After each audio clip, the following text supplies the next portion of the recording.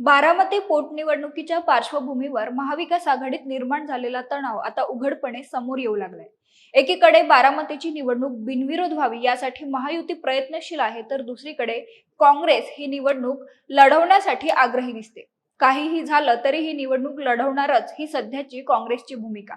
त्यामुळे या निमित्तानं काँग्रेसच्या संधिसाधू वृत्तीचं पुन्हा एकदा नव्यानं दर्शन घडलंय। पण काँग्रेसच्या या भूमिकेवर उबाठा गट आणि शरद पवार गटाची भूमिका काय? अजितदादांच्या बालेकिल्ल्यात काँग्रेसचा निभाव लागणार का? आणि सुनेत्रा पवार यांच्या विनंतीनंतर काँग्रेस या निवडणुकीतून माघार घेणार का? याबद्दलच जाणून घेऊया आजच्या व्हिडिओतून। नमस्कार, मी अवंती भोयर आणि कॅमेऱ्यावर आहे जयेश पाटील। खरं तर बारामती आणि राहुरी विधानसभेची पोटनिवडणूक जाहीर झाल्याबरोबरच काँग्रेसनं आपली भूमिका स्पष्ट केली होती। बारामतीच्या निवडणुकीत शरद पवार गट उमेदवार देणार नसेल तर काँग्रेस आपला उमेदवार देण्याबाबत विचार करेल, असं विधान काँग्रेस नेते विजय वडेट्टीवार यांनी केलं होतं। सध्या काँग्रेसची हीच भूमिका कायम असून त्यांनी काही इच्छुक उमेदवारांच्या मुलाखती घेतल्याचंही समजतंय। मुळात बारामती हा परंपरेनं पवारांचा बालेकिल्ला, केंद्रात ताई आणि राज्यात दादा असं इथल्या जनतेचं ठरलेलं समीकरण। परंतु अजित पवार यांच्या दुःखद निधनानंतर हे समीकरण संपुष्टात आलं। येत्या 23 एप्रिलला बारामती विधानसभेसाठी पोटनिवडणूक होणार आहे, तर 4 मे रोजी निकाल लागेल। राष्ट्रवादी काँग्रेस पक्षातर्फे अजित पवार यांच्या पत्नी उपमुख्यमंत्री सुनेत्रा पवार ही निवडणूक लढवणार आहेत। शरद पवार गटानं या निवडणुकीत उमेदवार देणार नसल्याचं जाहीर केलंय, तर मुख्यमंत्री देवेंद्र फडणवीस यांनीही ही निवडणूक बिनविरोध व्हावी असं मत वारंवार व्यक्त केलंय।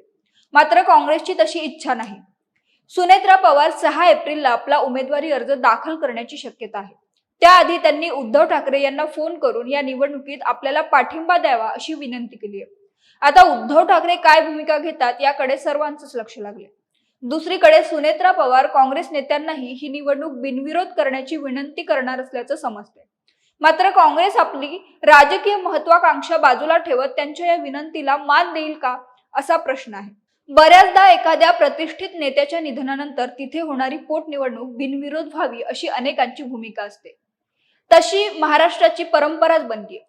अजितदादांसारख्या नेतृत्वाच्या बाबतीत तर ही भूमिका क्रमप्राप्त आहे। मात्र काँग्रेसनं अपेक्षेप्रमाणे यावेळीही आपल्या असंवेदनशीलतेचं दर्शन घडवून दिलंय। खुर्ची प्रेमापोटी काँग्रेसला ना शिष्टाचाराची पर्वा आहे ना आघाडी धर्माची। या निवडणुकीत त्यांना फक्त राजकीय संधी दिसते। बारामती सारख्या संवेदनशील आणि प्रतिष्ठेच्या निवडणुकीत काँग्रेसने संयम, संवाद आणि आघाडी धर्म यांना प्राधान्य देणं अपेक्षित होतं। मात्र सध्याची भूमिका पाहता पुन्हा एकदा काँग्रेसच्या सत्ता पिपासू वृत्तीचं दर्शन घडतं। सत्तेसाठी कोणत्याही स्तरावर तडजोड करण्याचा काँग्रेसचा इतिहास आहे। महाविकास आघाडीच्या स्थापनेवेळीही विचारधारेपेक्षा त्यांना सत्तेची गणितं अधिक महत्वाची वाटली। आता बारामतीच्या निमित्तानं काँग्रेसचं तेच गणित पुन्हा एकदा पुढे आलंय। काँग्रेसनं उमेदवार दिला तरी बारामतीचे मतदार त्यांना किती साथ देतात हे पाहणं औत्सुक्याचं असेल। तुम्हाला काय वाटतं?